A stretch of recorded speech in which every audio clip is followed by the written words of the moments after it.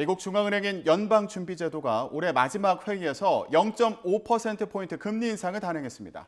속도 조절에 들어간 걸로 보여요. 예, 그렇습니다. 하지만 반전이 있습니다. 연준은 최종 기준금리를 5.1%로 당초의 예측치보다 높게 잡았습니다. 내년에도 통화 긴축을 이어갈 뜻을 분명히 한 건데요.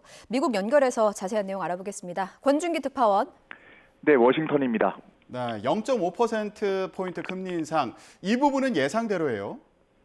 그렇습니다. 미국 연방준비제도는 올해 마지막 회의에서 예상대로 0.5%포인트 빅스텝 금리 인상을 단행했습니다.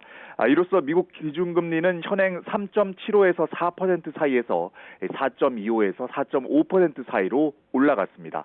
2007년 이후 최고 금리를 또다시 경신한 겁니다.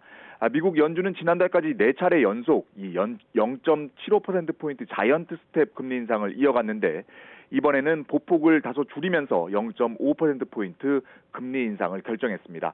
사실 0.5%포인트만 해도 상당히 가파른 금리 인상이지만 연준이 워낙 전례 없는 수준의 고강도 긴축을 이어왔기 때문에 속도 조절로 인식되고 있습니다. 미국의 오늘 금리 인상으로 우리나라와의 금리 차이는 최대 1.25%포인트로 간격이 더 벌어졌습니다. 연준 의장의 발언에도 이목이 집중됐는데요. 내년에도 금리 인상은 계속될 분위기인 거죠? 그렇습니다. 이 제롬 파월 의장은 금리 발표 직후에 연 기자회견에서 연준의 목표 물가는 2%라는 점을 거듭 강조했습니다. 아직 인플레이션을 잡으려면 갈 길이 멀어서 금리를 더 높일 필요가 있다는 점을 분명히 한 겁니다. 그러면서 내년 최종 기준금리 목표치를 5.1%로 제시하면서 지난 9월에 예측치였던 4.6%보다 0.5%포인트 높였습니다. 이 때문에 내년에는 금리 인상을 멈추고 정책 전환을 할 거라는 이른바 피벗 예상은 더욱 멀어진 것으로 보입니다.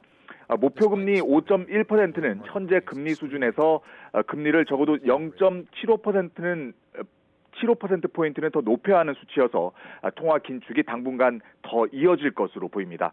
오늘 금리 인상 속도 조절에도 불구하고 아직 갈 길이 멀다는 파월 의장 메시지에 뉴욕 증시는 표정이 어두워졌습니다.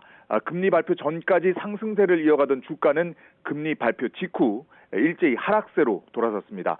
다우지수가 0.42% 떨어지는 등 주요 3대 지수 모두 하락장으로 마감했습니다. 지금까지 워싱턴에서 YTN 권윤기입니다.